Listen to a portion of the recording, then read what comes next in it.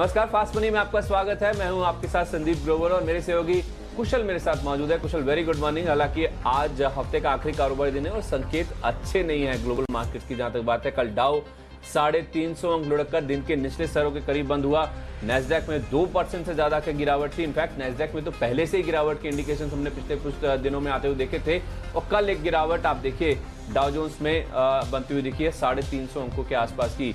हालांकि Dow futures 12 अंक ऊपर है, लेकिन आज आप देखिए ताइवान को छोड़ दीजिए और कॉस्पी को छोड़ दीजिए जो कि हल्की बढ़त दिखा रहे, बाकी तमाम मार्केट्स में आपको गिरावट नजर आएगी। जापान के बाजार हालांकि बंद है। हैंगसेंग देखिए 200 अंकों के आसपास की गिरावट दिखा रहा है और एग्जैक्ट निफ्टी देखिए आधे % नीचे है, करीब 50 अंकों के आसपास की गिरावट है। 11,200 के जो लेवल्स हैं उसके नीचे फिलहाल आपको कारोबार एग्जैक्ट निफ्टी में नजर आएगा, क्योंकि कल यूएस के मार्केट की क्लोजिंग आप देखिए थोड़ी सी नर्म होती हुई दिखी है। 350 अंकों के आसपास का गोता डाउ जोन्स ने लगाया। तो कुल मिलाकर देखा जाए संकेत मूड माहौल जो है ग्लोबल मार्केट से बेहतर नहीं और आज वैसे भी हफ्ते का आखिरी कारोबारी दिन है। कुशल, आप कैसे रीड कर रहे हैं, क्या न्यूज फ्लो है और कल के परफॉर्मेंस भी बताइएगा। बिल्कुल, देखिए संदीप, मूड माहौल तो डेफिनेटली यूएस मार्केट से थोड़े से नेगेटिव होते हुए दिख रहे हैं। इनफैक्ट नैस्डैक जो है वो कल एक महीने में सबसे ज़्यादा गिरावट, सबसे बड़ी गिरावट ये देखता हुआ नजर आया था। पर कहीं ना कहीं अगर आप एफआईआईज़ के ट्रेंड देखें तो पिछले 4-5 दिनों से मैं ऑब्जर्व कर रहा हूँ और यहाँ पे इंडियन मार्केट्स में कैश सेगमेंट में आपको लगातार इसमें खरीदारी देखने को मिल रही है। तो देखना होगा कि ये जो बाइंग हो रही है उस हिसाब से आप देखिए कल का एक्सपायरी मूव जो है वो भी काफी स्ट्रांग था पिछले दिन के कंसोलिडेशन के मुकाबले। और आज भी देखना होगा कि किस हिसाब से मार्केट पैन आउट करते हैं। और कच्चा तेल अगर आप देखें तो कल 2-2.5% की गिरावट यहाँ पर थी। यूरोपियन मार्केट जो है वो लगभग फ्लैट से बंद होते हुए दिखे थे, वहां पर ज्यादा बदलाव नहीं था। पर कोविड की जो चिंता है संदीप, वहां पर लगातार जो है टेंशन्स बढ़ती जा रही हैं। इनफैक्ट भारत में कल रिकॉर्ड 48,500 नए मामले आए हैं। इनफैक्ट ब्राजील के जो प्रेसिडेंट है वो फिर से कोरोना पॉजिटिव पाए गए हैं और साउथ अफ्रीका एक नया हॉटस्पॉट बनता हुआ नजर आ रहा है। तो कोविड की जो चिंता है वो कहीं ना कहीं मार्केट और ग्लोबल इन्वेस्टर सेंटिमेंट जो है वो थोड़ा सा नेगेटिव साइड पर कर सकते हैं। बहरहाल, आपने मुझसे पूछा कि कल के सत्र में जो हमने स्टॉक्स आपको बताए थे वहां पर कैसा प्रदर्शन रहा, उसमें मैं अपनी सूची बताता हूँ। आप देखिए 10 में से 7 स्टॉक्स ऐसे थे जो परफॉर्म करते हुए नजर आए, जिसमें अगर आप पर्टिकुलरली रैलिस इंडिया और आईसीआईसीआई सिक्योरिटीज को देखिए बढ़िया नतीजों के आधार पर ये अपने टारगेट्स अचीव करते हुए दिखे। इसके अलावा सेंटिमेंटली जो है ब्रोकरेज स्टॉक्स कल काफी फोकस में थे। मोतीलाल ओसवाल लीजिए, सीडीएस लीजिए, सब में 4 से 5% का गेन यहाँ पर भी देखने को मिला और यहाँ पर अच्छी तेजी बनती हुई नजर आई। साथ ही ग्लेनमार्क फार्मा और डॉक्टर रेड्डीज, कल मैंने आपको बताया था कि फार्मा स्पेस जो है काफी फोकस में रह सकता है और एक्चुअल में वो चीज देखने को मिली हमें और यहाँ पर अच्छी तेजी बनती हुई नजर आई। इनफैक्ट ग्लेनमार्क फार्मा में तो लक्ष्य भी हासिल होते हुए दिखे और डायरेक्शनली पॉजिटिव डॉक्टर रेड्डीज था। और ऑयल इंडिया और इमामी, इन दोनों में भी मैंने आपको खरीदारी करने की राय दी थी। ये ऑलमोस्ट अपने लक्ष्य हासिल करते हुए नजर आए थे।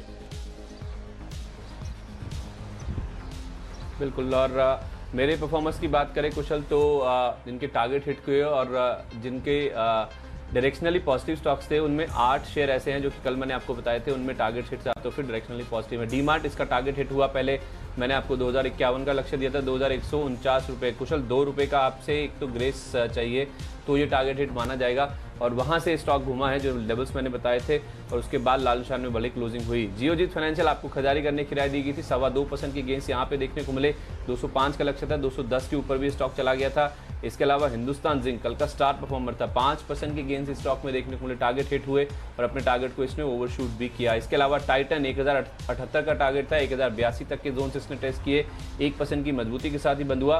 गोदरेज एग्रोवेट, दिन के दौरान तो यहाँ पे बहुत शार्प अप मूव था, जिस तरह से एस्टेक्स लाइफ साइंसेज के नंबर्स आए थे, इनका स्टेक है वहाँ पे, तो 492 तक भी चला गया था। मैंने तो आपको 472 के लक्ष्य दिए थे, लेकिन क्लोजिंग भी 1.25% के आसपास ही गेंस के साथ ही हुई।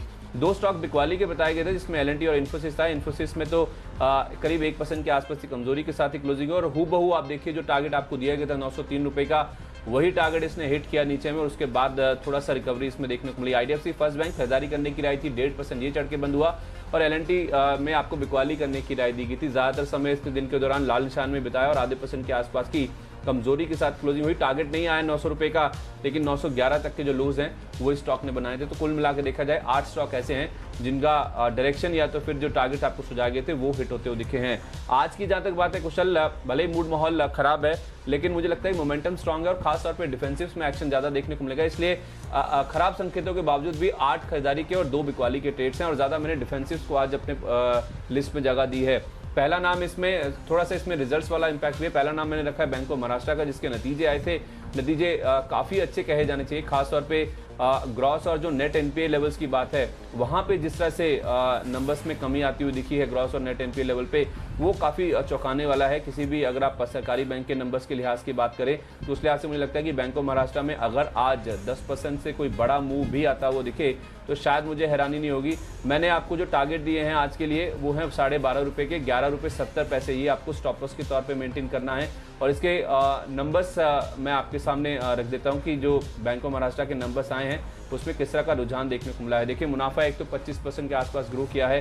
ग्रॉस एनपीए अगर आप देखिए जो करीब 13% के आसपास के थे वो 11% के नीचे आ गए, और नेट एनपीए भी जो 4.5% थे वो घटकर 4% के आसपास आते हुए दिखे हैं। तो उस लिहाज से देखा जाए नंबर्स काफ़ी अच्छे हैं। और प्रोविजनिंग में भी आप देखिए करीब 34% के आसपास ही कमी हुई है और 9% के आसपास शुद्ध ब्याज आय बढ़ी है। तो उस लिहाज से देखा जाए नंबर्स किसी भी पैरामीटर्स पे आपको खराब नहीं नजर आएंगे। तो बैंक ऑफ महाराष्ट्र में आज एक बड़ा मूव नंबर्स के दम पे देखने को मिल सकता है।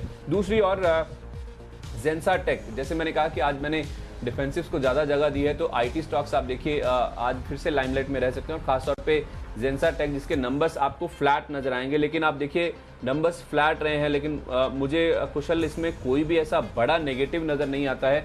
खासतौर पे आप इनके मार्जिन देख लीजिए, एबिट मार्जिन 9.8% थे, वो 9.9% आए हैं। मुनाफा करीब 5% के आसपास ग्रो किया है। रेवेन्यू जरूर इनके 2.5% के आसपास गिरे हैं, लेकिन किसी भी आप आईटी कंपनी के नंबर्स उठा लीजिए तो उस लिहाज से देखा जाए कोई बहुत बड़ा नेगेटिव यहाँ पे नजर नहीं आ रहा है। तो मिड कैप आईटी अगर आज फिर से लाइमलाइट में रहा तो मुझे लगता है कि जेंसा टेक में बड़ा मूव देखने को मिल सकता है, क्योंकि बहुत ज़्यादा पार्टिसिपेट इसने रैली में अभी तक किया नहीं है। तो इसलिए एक तो नतीजों का सपोर्ट रहेगा और दूसरा डिफेंसिव है, और बाजार में गिरावट आएगी भी। तो आज फार्मा और आईटी यही दो ऐसे सेक्टर्स हैं जो शायद हो सकता है आउट परफॉर्म करते हुए दिखे। तो जेंसा टेक में 145 ये आपका टारगेट है, 138.80 का आपको स्टॉप लॉस लगा के चलना है। कुशल आपके पास कितने सेल हैं आज?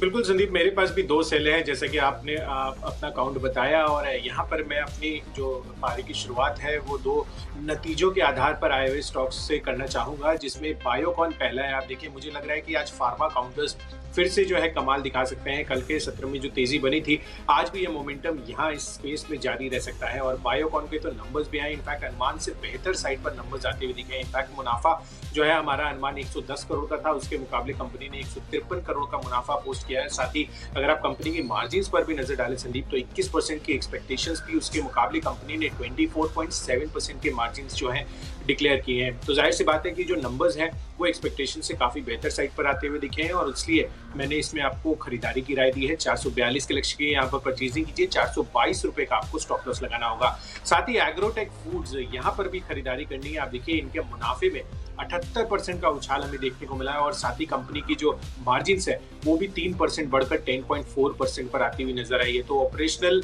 और साथ ही जो बॉटम लाइन है उन दोनों के आधार पर नंबर्स बहुत ही शानदार आते हुए दिखे हैं इस कंपनी के भी, और इसीलिए मैंने इसको खरीदारी की लिस्ट में इसको भी शामिल किया है बायोकॉन के साथ साथ। तो 560 के टारगेट के लिए यहाँ पर भी खरीदारी कीजिए, 535 रुपए का आपको स्टॉप लॉस लगाना होगा। संदीप, आपके अगले 2 स्टॉक्स?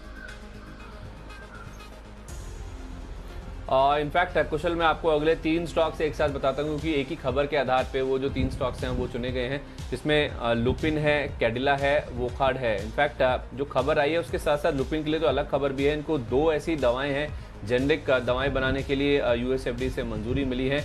ये टेंटेटिव मंजूरी मिली है इनको, और इन दवाओं का जो इस्तेमाल है वो डायबिटीज़ के इलाज में होता है। ये तो लुपिन के लिए स्पेसिफिक खबर होगी, लेकिन तीनों कंपनियां जो चुनी गई हैं, लुपिन, कैडिला और वोखार्ड, वो एक खबर जो आई है वो दरअसल यूएस में जो डिपार्टमेंट ऑफ जस्टिस जो एक के साथ एक जो उनका मामला चल रहा है सारी फार्मा कंपनियों का, जिसमें टैरो भी शामिल है, उन्होंने उसमें अगर आप देखें तो टैरो ने दरअसल यूएस कोर्ट के साथ जो अपना मामला है, प्राइस फिक्सिंग का ये मामला है, वो दरअसल सेटल कर लिया है। कुछ $205 मिलियन के आसपास की रकम उन्होंने चुकाई है जिसकी समझौता करने के लिए। हालांकि ये नेगेटिव है कि ये इनको पैसा देना पड़ रहा है, लेकिन आप देखिए जो हैंगओवर है वो कहीं ना कहीं खत्म होता हुआ दिखेगा।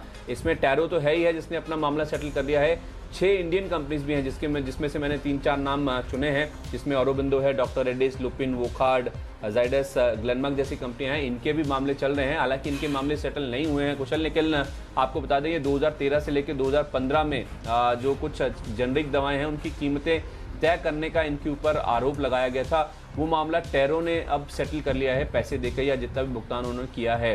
अब यहाँ पे इंडियन फार्मा कंपनी जो कि बची हुई हैं उनके लिए दिक्कत या तो फिर अच्छी बात यह है कि अगर टेरो ने मामला सेटल कर लिया है तो इसी बेसिस पे आप ये मान के चलिए कि शायद हो सकता है ये कंपनियां भी डिपार्टमेंट ऑफ जस्टिस के साथ अपना जो मामला है वो सेटल करने की कोशिश करेंगी। जाहिर सी बात है अगर ये मामला चल रहा है तो इस चीज़ को बाजार पहले से डिस्काउंट करके चल चुका है कि कुछ ना कुछ तो भुगतान करना ही होगा। तो उस लिहाज से अगर ये भुगतान करके ये मामला सेटल कर लेती है तो एक तो हैंगओवर है कहीं ना कहीं इन स्टॉक्स के ऊपर खत्म होता हुआ दिखेगा। लुपिन की जहाँ तक बात है CLSA ने एक सेल कॉल दिया था, हाल फिलहाल गिरा भी है तो उसका भी कहीं ना कहीं सपोर्ट देखने को मिलेगा। कैडिला में अभी भी आप देखिए अपसाइड की गुंजाइश बचती है जितना यहाँ पे अपसाइड बना है, और वोखार्ड ने भी ज़्यादा पार्टिसिपेट नहीं किया है जिस तरह से हमने कुछ खासतौर पे बड़े स्टॉक्स औरोबिंदो फार्मा जैसे हुए जिस तरह से उन्होंने परफॉर्म किया है, इस स्टॉक ने अभी तक उतना पार्टिसिपेट नहीं किया है। तो उस लिहाज से मुझे लगता है कि लुपिन में आज के लिए 890 इस खबर के आधार पर टारगेट बन जाएगा। 854 रुपये के आसपास का स्टॉप लॉस रखें। कैडिला में 381 का लक्ष्य है, 366 का आपको स्टॉप लॉस रखना होगा। वोखार्ड में तो इनफैक्ट कल सुमित जी ने सेटेलाइज के तौर पे भी दिया था, कल अच्छा खासा मूव बना भी था। आज भी मुझे लगता है कि इस खबर के दम पे मोमेंटम जारी रहा तो 282 तक के टारगेट आ जाएंगे। 270 रुपये के आसपास का आपको स्टॉप लॉस रखना होगा। इनफैक्ट दो ध्यान देने वाली बातें ये हैं, एक तो आपको स्टॉप लॉस बहुत स्ट्रिक्टली फॉलो करना है, और दूसरी बात ये है इन स्टॉक्स को खुलने दीजिए, सेटल होने दीजिए, उसके बाद अपनी जो पोजीशन है खरीदारी की वो आप इन स्टॉक्स पे बना के चलें। अगर ये नेगेटिव खुलते हैं, स्टॉक्स नेगेटिवली रिएक्ट करते हैं तो नीचे आने का वेट कीजिए, तब आप इनमें एक्यूमुलेट करें। अगर बहुत ज़्यादा गैप अप भी खुलते हैं तब भी आप इन स्टॉक से थोड़ा दूर रहिए और स्टॉप लॉस को स्ट्रिक्टली फॉलो कीजिएगा। चलिए बिल्कुल संदीप, तो फार्मा स्पेस जो है वो आज एक्शन में रहेगा। इनफैक्ट मेरे पास भी एक सूची में ये स्टॉक है, और यहाँ पर अगला जो स्टॉक है मेरी लिस्ट में वो है कोरोमंडल इंटरनेशनल का। आप देखिए जिस हिसाब से रैलिस इंडिया और धानुका एग्रीटेक के नंबर्स आए थे, फर्टिलाइजर स्पेस काफ़ी बेहतरीन परफॉर्मेंस जो है Q1 में दिखाता हुआ दिख रहा है, और कोरोमंडल इंटरनेशनल के आज नंबर्स आने वाले हैं। तो मुझे लग रहा है कि यहाँ पर भी आज एक बाइंग स्प्री आपको देखने को मिल सकती है। तो 820 के लक्ष्य के लिए खरीदारी कीजिए, 785 का स्टॉप लॉस लगाइए। साथ ही सन फार्मा पर जो भी खबरें हैं, इनफैक्ट जो इनकी सब्सिडियरी है टैरो फार्मास्यूटिकल्स, और जो इन्होंने मामला सेटल किया है वो खबर संदीप ने आपको बताई दी है, उस पर मैं ज़्यादा वक्त नहीं लूंगा, और उसी लिहाज से मैंने सन फार्मा को चुना है। आप इसमें खरीदारी कीजिए। 495 के टारगेट के लिए 466 का लक्ष्य, 466 का स्टॉप लॉस रखना है। और डॉक्टर रेड्डीज, इनफैक्ट इस पूरे मामले में डॉक्टर रेड्डीज भी 6 कंपनियों में एक कंपनी शामिल है, और यहाँ पर एक अच्छा अपमूव बनता हुआ दिख सकता है। कल भी मैंने आपको ये रेकमेंड किया था, तो यहाँ पर भी डायरेक्शनली पॉजिटिव काउंटर ये देखने को मिल रहा है, और फार्मा स्पेस आज काफी बेहतर परफॉर्मेंस करता हुआ दिख सकता है। तो डॉक्टर रेड्डीज आपको इसमें खरीदारी करनी है। 4240 का टारगेट बनाना है, और 4050 का आपको स्टॉप लॉस रखना होगा। चलिए ठीक है, 5 स्टॉक्स पूरे हो चुके हैं। एक जल्दी से रिकैप कर लेते हैं कौन से स्टॉक आपको मैंने बताए थे। सारे ट्रेड्स खरीदारी के थे। बैंक ऑफ महाराष्ट्र जिसके नंबर्स काफ़ी अच्छे आए हैं, मुनाफा भी ग्रो किया है और एसेट क्वालिटी में भी सुधार हुआ है। आज अच्छा खासा मूव देखने को मिल सकता है। जेंसर टेक नंबर्स भले ही फ्लैट हैं लेकिन कोई नेगेटिविटी नहीं है नंबर्स में, और आज वैसे भी IT फार्मा डिफेंसिव्स का दिन हो सकता है, तो जेंसर टेक में भी मूव काफ़ी अच्छा देखने को मिल सकता है। लुपिन, कैडिला, वोखार्ड 3 फार्मा नेम्स है, डिफेंसिव नेम्स हैं। जिस तरह से टैरो ने अपना मामला सेटल किया डिपार्टमेंट ऑफ जस्टिस के साथ, इनके लिए भी उम्मीद बढ़ गई कि सेटलमेंट हो जाएगा कुछ भुगतान करके, तो उसका एक पॉजिटिव रिएक्शन हो सकता है इन तीनों स्टॉक्स में आज देखने को मिले। बिल्कुल, तो बढ़िया नतीजों के आधार पर मैंने आपको बायोकॉन, एग्रोटेक फूड्स और कोरोमंडल इंटरनेशनल जिसके आज नतीजे आने वाले हैं उसमें खरीदारी करने की राय दी है। साथ ही सन फार्मा और डॉक्टर रेड्डीज ये शामिल होंगे मेरी खरीदारी की सूची में। जिस हिसाब से जो सन फार्मा की सब्सिडियरी है टेरो फार्मा ने मामला सेटल किया है US में, उसका पॉजिटिव इम्पैक्ट आपको इन दोनों स्टॉक्स में देखने को मिल सकता है। ठीक है, जो बाकी बचे हुए 10 स्टॉक्स हैं आप उनके ऊपर फोकस करते हैं। मेरी लिस्ट में खरीदारी बिकवाली दोनों के ट्रेड होंगे। पहले आपको मैं कुशल 3 नाम ऐसे बता देता हूं जहां पे खरीदारी के ट्रेड्स हैं। ग्लेनमार्क फार्मा, देखिए फार्मा स्टॉक्स की मैंने पहले भी बात करी है, जो टेरो फार्मा ने अपना मामला सेटल किया है US डिपार्टमेंट ऑफ जस्टिस के साथ, उसमें ग्लेनमार्क फार्मा भी एक कंपनी है जो 6 कंपनियों की बातचीत आ रही है। तो कुल मिला के देखा जाए तो यहाँ पे भी इसी उम्मीद के साथ कि इनका भी सेटलमेंट हो जाएगा इस बेसिस पे जिस तरह से टेरो ने सेटलमेंट किया है। तो ग्लेनमार्क फार्मा में आज के लिए 431 का लक्ष्य है, 417 रुपये का आपको स्टॉप लॉस रखना है। कुछ ऐसे न्यूज़ फ्लोज है जिस वजह से हमने देखा कि स्टॉक में अच्छा खासा करेक्शन 450 के लेवल से 415, 410 तक के लेवल्स ऑलरेडी स्टॉक टेस्ट कर चुका है, और अब वहाँ से फिर से एक अपमूव की तैयारी स्टॉक में होती हुई दिख रही है। हुडको ये अगला नाम है। दरअसल जिस तरह से रियल एस्टेट को लेकर जो डेवलपमेंट्स हो रहे हैं, कल शाम जो एक वित्त मंत्री ने एक जो बैठक करी है जिसमें रियल एस्टेट में निवेश को लेकर जो समीक्षा की गई है, कुछ ऐसे अटके हुए प्रोजेक्ट्स उनको पूरा करने की, कुछ ऐसे 60,000 ऐसे घर हैं जो कि शायद बहुत जल्द पूरे होते हुए दिखेंगे। ये अपने आप में एक इंटेंट दिखा रहा है कि सरकार रियल एस्टेट सेक्टर को लेकर बहुत ज़्यादा संगीन है, और खासतौर पर जिस तरह का एम्प्लॉयमेंट ये सेक्टर जनरेट करता है कोई ना कोई बड़े कदम हर थोड़े थोड़े समय के बाद आपको सरकार की ओर से देखने को मिलते हैं। तो उस लिहाज से मुझे लगता है कि जितनी भी हाउसिंग फाइनेंस से रिलेटेड कंपनीज हैं या फिर हुडको जैसी कंपनी जो कि फाइनेंसिंग भी करती हैं और अफोर्डेबल हाउसिंग में भी है, उनके लिए भी आज ये अच्छी खबर है। आप कोई भी चाहे तो जो हाउसिंग फाइनेंस कंपनीज हैं उनमें भी आज अपनी पोजीशन बना सकते हैं, लेकिन मुझे लगता है कि हुडको में यहाँ पे एक डिविडेंड का ट्रिगर भी है। 36 रुपये का टारगेट लेके आप खरीदारी करें, 34 रुपये 60 पैसे का आपको स्टॉप लॉस रखना होगा। और तीसरा नाम है मैक्स फाइनेंशियल का। जिस तरह से खबर आई है कुशल की इरडाई ने इन दोनों कंपनियों को, एक्सिस बैंक को और साथ ही साथ मैक्स फाइनेंशियल को, जो अपनी स्ट्रक्चर है डील का उसमें बदलाव करने की यहाँ पे बात करी। एक्सिस बैंक ने कुछ 2-3 ऐसी कंडीशंस रखी थी जिसमें इनके जो शेयर्स हैं वो इनको बेचने का मौका था, और साथ ही साथ अगर ऐसा नहीं होता है तो मैक्स फाइनेंशियल जो कि लिस्टेड एंटिटी है उसमें इनका हिस्सा कन्वर्ट होता हुआ दिखेगा।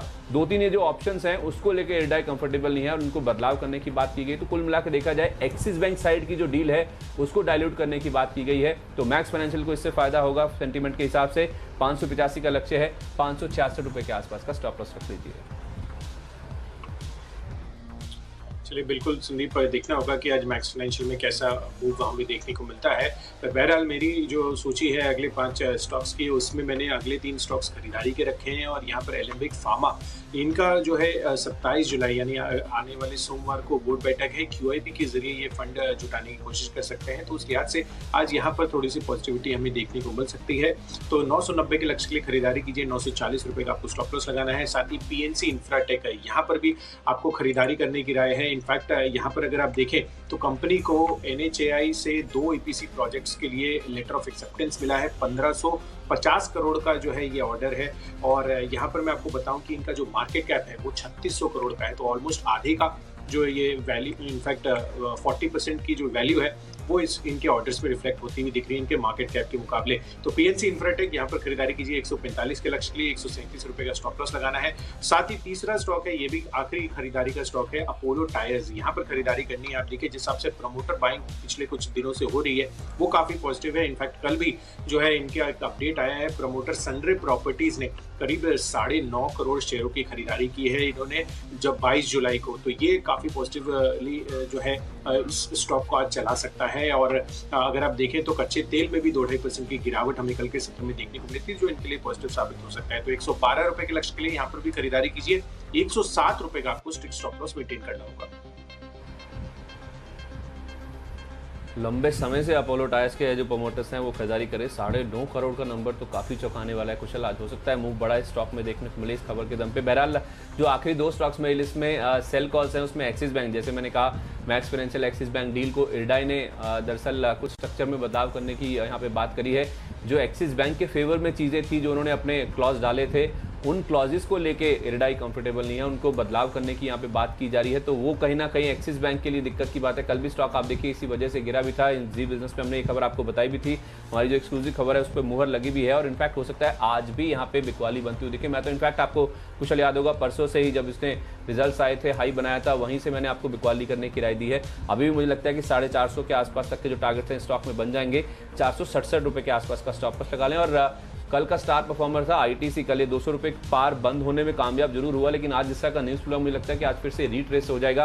196.50 का लक्ष्य है, 203 रुपये का आपको स्टॉप लॉस रखना है। ये दरअसल इसलिए क्योंकि सरकार ने स्वास्थ्य मंत्रालय ने इनफैक्ट तंबाकू उत्पादों पर नई जो स्वास्थ्य संबंधित चेतावनी है वो जारी की है। 1 दिसंबर 2020 से तंबाकू उत्पादों की जो पैकेजिंग पर नई चेतावनी जो है वो कहीं ना कहीं अनिवार्य होगी। तो ये एक सेंटीमेंट के हिसाब से देखा जाए तो ITC जैसी कंपनीज के लिए नेगेटिव होगा। मुझे लगता है 196-196.50 तक के जो टारगेट्स है आसानी से स्टॉक में आ जाएंगे। चलिए बिल्कुल संदीप, तो देखना होगा इस नोटिफिकेशन का जो असर है वो ITC पर आज कैसा दिखता है। पर बहरहाल मेरे जो अगले 2 स्टॉक्स हैं ये बिकवाली के हैं। इनफैक्ट पूरे 10 स्टॉक्स की सूची में ये 2 एकमात्र स्टॉक्स हैं जिसमें आपको बिकवाली करके चलनी है। और इकोनॉमी से ये जुड़े हुए स्टॉक हैं जिस हिसाब से भारत में लगातार कोविड के केसेस बढ़ते जा रहे हैं और कल रिकॉर्ड 48,500 से ज़्यादा नए मामले आते हुए दिखे हैं। उसका जो इम्पैक्ट है आपको इन दोनों स्टॉक्स में यानी कि इंडिगो और PVR इन दोनों में देखने को मिल सकता है। आज के लिए आप देखिए इंडिगो यहाँ पर इनफैक्ट इन्होंने तो 10% वर्कफोर्स की कटौती भी की थी, 2-3 दिन पहले खबर आई थी। तो उस लिहाज से यहाँ पर बिकवाली करके चलनी है। 940 के लक्ष्य के लिए यहाँ पर शॉर्ट कीजिए इसके फ्यूचर्स को। 995 का आपको स्टॉप लॉस लगाना होगा। और PVR पिछले कुछ दिनों से अच्छा आपको स्टॉक ने दिखाया है राइट्स इशू के आधार पर। मुझे लग रहा है कि यहाँ पर आज प्रॉफिट बुकिंग आ सकती है। 1070 के लक्ष्य के लिए इसके फ्यूचर्स बेच के चलिए। 1125 रुपए का आपको स्टॉप लॉस रखना होगा। चलिए ठीक है, 20 शेयरों की सूची पूरी हो चुकी है। अब अगर आपने कोई स्टॉक मिस कर दिया तो जल्दी से रिकैप कर लेते हैं। 8 खरीदारी के 2 बिकवाली के ट्रेड्स हैं मेरी लिस्ट में। शुरुआत मैंने अच्छे नतीजों के दम पे बैंक ऑफ महाराष्ट्र के साथ करी, जहां पे मुनाफा भी बढ़ा है, एसेट क्वालिटी भी सुधरी, उसका इंपैक्ट देखने को मिल सकता है। जेंसा टेक नंबर्स फ्लैट है लेकिन कोई नेगेटिविटी नहीं है नंबर्स में, तो आज हो सकता है कि डिफेंसिव स्पेस का दिन है, क्योंकि संकेत ग्लोबल मार्केट से अच्छे नहीं है, तो आईटी फार्मा का दिन हो सकता है। और इसीलिए अगले 4 नाम जो मेरी लिस्ट में वो फार्मा स्पेस है, जिसमें लुपिन, कैडिला, वोखार्ट, ग्लेनमार्क। यहाँ पे जिस तरह से टेरो ने अपना मामला सेटल किया है, हो सकता है ये कंपनियां भी अपना मामला सेटल करें और एक जो हैंगओवर है इन कंपनियों के ऊपर कहीं ना कहीं खत्म हो सकता है। हुडको, जिस तरह से सरकार कल वित्त मंत्रालय की ओर से एक रियल एस्टेट में निवेश को लेकर जो बैठक की गई, उसका इंपैक्ट आज हो सकता है हाउसिंग फाइनेंस और साथ ही साथ हुडको जैसी कंपनी में पॉजिटिव साइड पे देखने को मिले। मैक्स फाइनेंशियल एक्सिस बैंक की जो डील है, वहाँ पे जैसे हमने आपको बताया भी था, जी बिजनेस पे एक्सक्लूसिव खबर थी, उस पर मोहर लगी है कि अब स्ट्रक्चर में बदलाव करने की बात यहाँ पे की जा रही है। तो ये मैक्स फाइनेंशियल के लिए पॉजिटिव और एक्सिस बैंक के लिए नेगेटिव है। और आईटी से जिस तरह से नए जो पिक्टोरियल नॉर्म्स हैं स्वास्थ्य मंत्रालय ने जारी किए हैं सिगरेट और तंबाकू उत्पादों के लिए, उसका इंपैक्ट आज हो सकता है आईटीसी पे नेगेटिव साइड पे देखने को मिलेगा।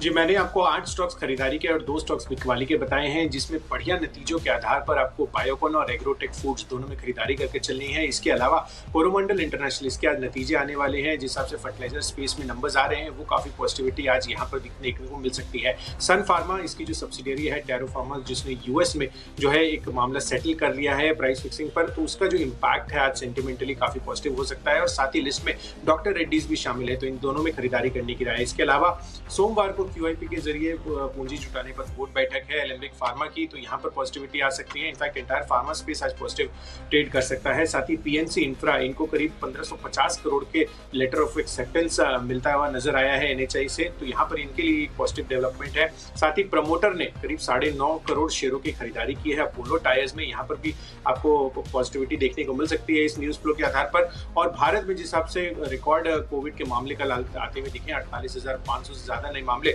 उसका सेंटिमेंटल इंपैक्ट जो है इकोनॉमी से जुड़े हुए स्टॉक जैसे इंडिगो और पीवीआर में हमें देखने को मिल सकता है, तो इसमें शॉर्ट करने की राय है। चलिए 20 शेयर आपके सामने हैं, 16 शेयर खरीदारी के और 4 शेयर बिकवाली के। हालांकि संकेत आज बेहतर नहीं है, आज ग्लोबल मूड माहौल खराब है। 55 पॉइंट नीचे एग्जैक्ट निफ्टी आपको नजर आएगा। एक छोटे से ब्रेक के लिए रुकते हैं, फास्ट मनी में आज के लिए इतना ही, लेकिन आप कहीं मत जाइए क्योंकि ब्रेक के बाद शेयर बाजार लाइव आपके सामने होगा। नमस्कार।